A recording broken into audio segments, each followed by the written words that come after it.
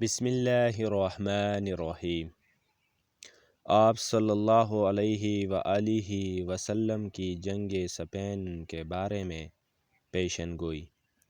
علامات قیامت میں وہ جنگیں اور معرکے بھی شامل ہے جن کے بارے میں نبی اکرم صلی اللہ علیہ وآلہ وسلم نے خبر دی ہے، خواہ یہ جنگیں مسلمانوں اور کفار کے درمیان ہو یا خود مسلمانوں ہی کے درمیان ہو۔ مسلمانوں کے مابین معرکوں میں سے ایک جنگ صفین بھی ہے، جو سیدنا عثمان رضی اللہ تعالیٰ عنہ کی شہادت کے بعد حضرت علی رضی اللہ تعالیٰ عنہ اور حضرت امیر معاویہ رضی اللہ تعالیٰ عنہ کی فوجوں کے درمیان 36 ہجری میں ہوئی۔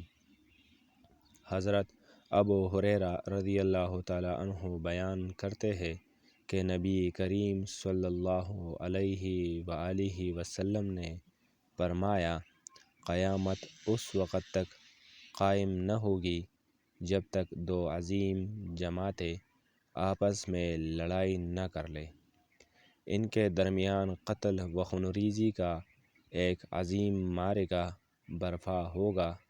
تنبیہ: صحابہ کرام رضی اللہ تعالیٰ عنہ کے درمیان پیدا ہونے والے فتنے کے بارے میں اہل سنت کا موقف۔ نبی کریم صلی اللہ علیہ وآلہ وسلم کے صحابہ کرام رضی اللہ تعالیٰ عنہم عام بشر تھے، چنانچہ صحابہ رضی اللہ تعالیٰ عنہ کے ہاں بھی وہ سب کچھ ہوا جو عام انسانوں کے ہاں ہوتا ہے۔ وہ اجتہاد بھی کرتے تھے، ان سے خطا بھی واقع ہو جاتی تھی، آپس میں چپقلش بھی ہو جاتی تھی، بلکہ کبھی نوبت جنگوں تک بھی پہنچ جاتی تھی۔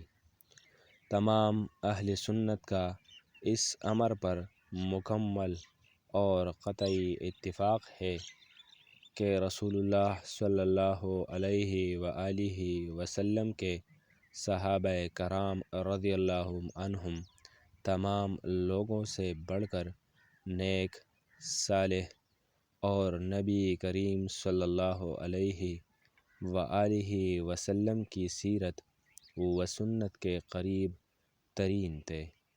صحابہ کرام رضی اللہ عنہم کے درمیان جو اختلاف واقع ہوئے، ان کے بارے میں اہل سنت کا متفقہ موقف یہ ہے کہ مشاجرات صحابہ رضی اللہ عنہم پر مکمل خاموشی اختیار کی جائے، ان میں سے کسی کے بارے میں بھی لب کشائی نہ کی جائے، ان کے باہمی جھگڑوں کو موضوع بحث نہ بنایا جائے، بلکہ ان سے صرف نظر کیا جائے اور اختلافات کی نشر و اشاعت نہ کی جائے۔ ان جھگڑوں کو عوام الناس کے درمیان اچھالنا امت کے درمیان فتنوں کے سر اٹھانے کا باعث بنتا ہے اور لوگوں کے دلوں میں صحابہ کرام رضی اللہ تعالیٰ عنہم کے بارے میں سوء ظن پیدا ہوتا ہے۔